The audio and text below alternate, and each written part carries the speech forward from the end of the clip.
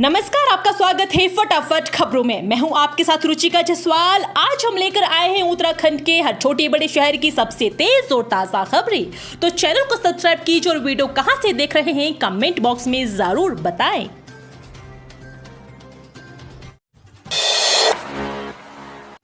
सड़क दुर्घटना सुरक्षा नियमावली बनाने के दिए निर्देश, जल्द गठित होगी विशेषज्ञों की समिति।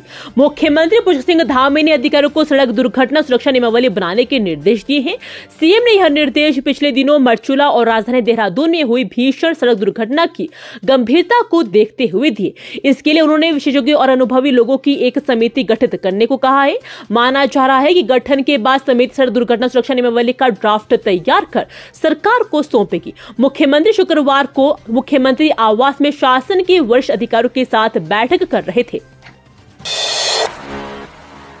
उत्तराखंड के 8 खिलाड़ी नीलामी में शामिल। पहले ही मैदान पर जलवे दिखा चुके हैं ये खिलाड़ी।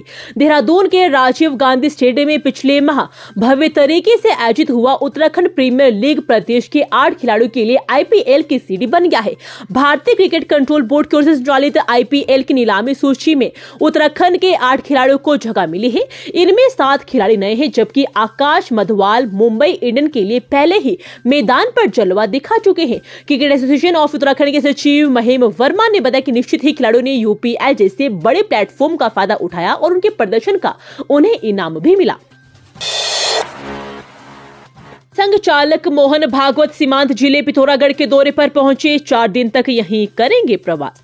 राष्ट्रीय स्वयंसेवक के सरसंघ चालक डॉक्टर मोहन मधुकर राव भागवत शनिवार की शाम इंडिगो एयरलाइंस की फ्लाइट से दिल्ली से पंतनगर पहुंचे। यहां उन्होंने अल्पाहार लिया और 20 मिनट बाद सड़क मार्ग से चंपावत के लिए रवाना हो गए, जहां से वे पिथौरागढ़ जाएंगे। इस दौरान मीडिया को दूर रखा गया। डॉक्टर भागवत सीमांत जिले पिथौरागढ़ में 4 दिवसीय प्रवास पर रहेंगे। इस दौरान वह संघ के विभिन्न कार्यक्रमों में शिरकत करेंगे। साथ ही वे सभी जिला प्रचारकों वरिष्ठ प्रचारकों के साथ संवाद भी करेंगे।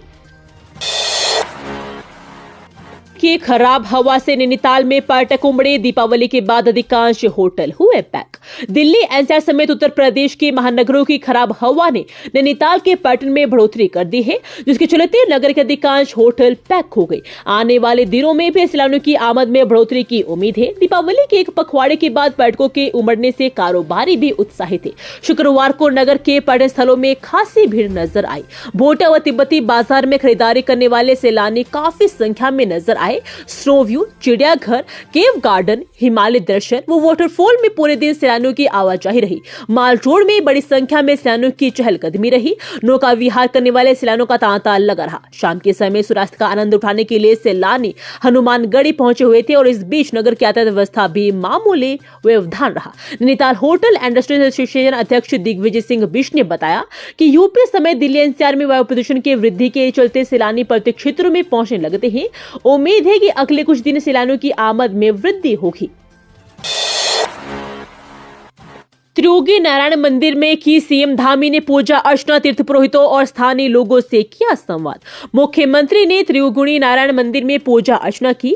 इसके बाद वे तीर्थ पुरोहितों के बीच गए और उनसे मुलाकात की। सीएम धामी केदारनाथ विस्मय, सोनप्रयाग, त्रियोगी नारायण और अन्य स्थानों पर प्रचार को पहुंचे हैं। केदारनाथ विधानसभा सीट पर 20 नवंबर को वोटिंग होगी। 23 नवंबर को मतगणना होगी। लगभग 92,000 मतदाता वाले केदारनाथ विस्मय दिवंगत विधायक शीला रानी रावत के के बाद उपचुनाव होगा। केदारनाथ फतेह करने के लिए प्रदेश में भाजपा और कांग्रेस दोनों ही पार्टियों ने पूरा जोर लगाया हुआ है। सीएम धामी स्वयं मोर्चा संभाले हुए हैं। क्षेत्र भ्रमण कर वे लोगों से संपर्क भी कर रहे हैं। शनिवार सुबह वे त्रियोगी नारायण पहुंचे, जहां उन्होंने लोगों से मुलाकात की। ज्योतिर्मठ में सुरक्षात्मक कार्यों के लिए डीपीआर तैयार। 8 क्रिटिकल साइट पर काम शुरू करना प्राथमिकता। लोक निर्माण विभाग और सिंचाई विभाग की ज्योतिर्मठ में सुरक्षात्मक कार्यों के लिए 700 करोड़ की डीपीआर तैयार हो गई है। पेयजल निर्माण विभाग भी ड्रेनेज सिस्टम आदि के लिए डीपीआर को तैयार करने का काम कर रहा है। इसकी भी जल्द तैयार होने की उम्मीद है। अब शासन तैयार डीपीआर को तकनीकी आकलन समिति को भेजने जा रहा है। ज्योतिर्मठ में भूधंसाव समेत समस्या आई थी। इसके बाद कई विभागों सुरक्षात्मक कार्यों के लिए अलग अलग जिम्मेदारी सौंपी गई थी।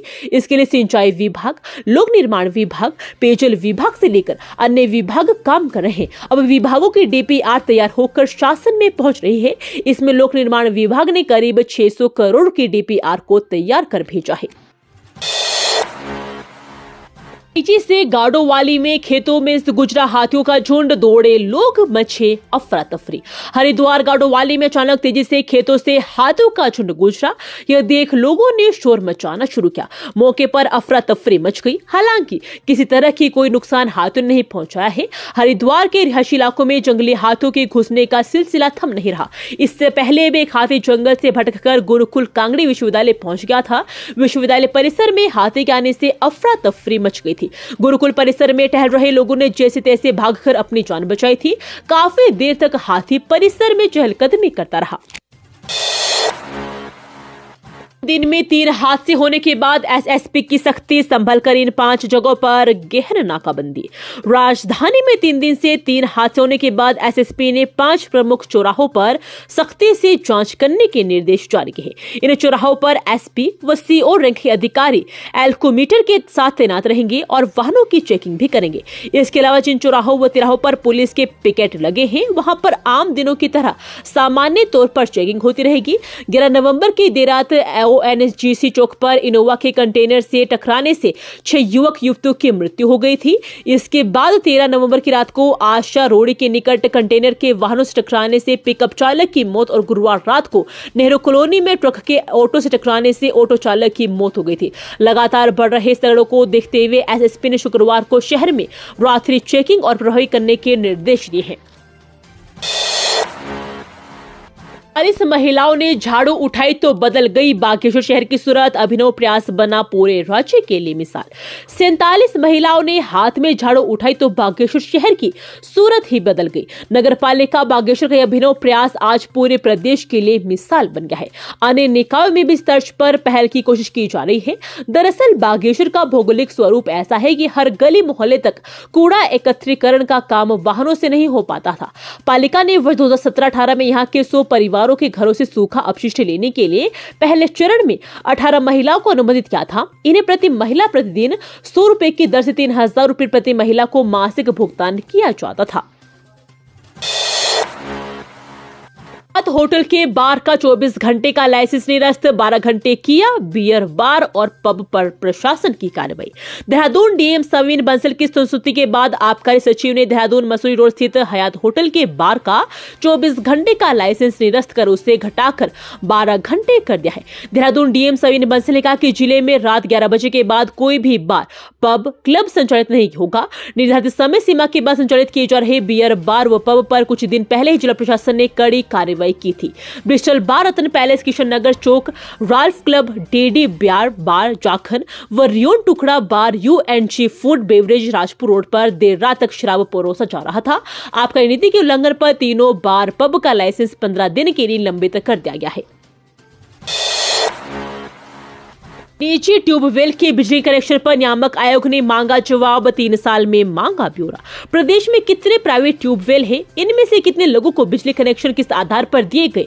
कहीं मालिक न होने पर 3 गुना शुल्क लेकर कनेक्शन दिए गए हैं? इन सभी सवालों पर उत्तराखंड विद्युत नियामक आयोग ने यूपीसीएल से जवाब मांगा है। यूपीसीएल को पिछले 3 साल का डाटा आयोग में उपलब्ध कराना होगा। आयोग ने पीडीडब्ल्यू मामले का स्वतः संज्ञान लेते हुए यूपीसीएल को कारण बताओ नोटिस जारी किया था। सुनवाई के दौरान यूपीसीएल अधिकारी केवल कुमाऊं जोन और रुद्रपुर जोन की जानकारी ही उपलब्ध करा पाए।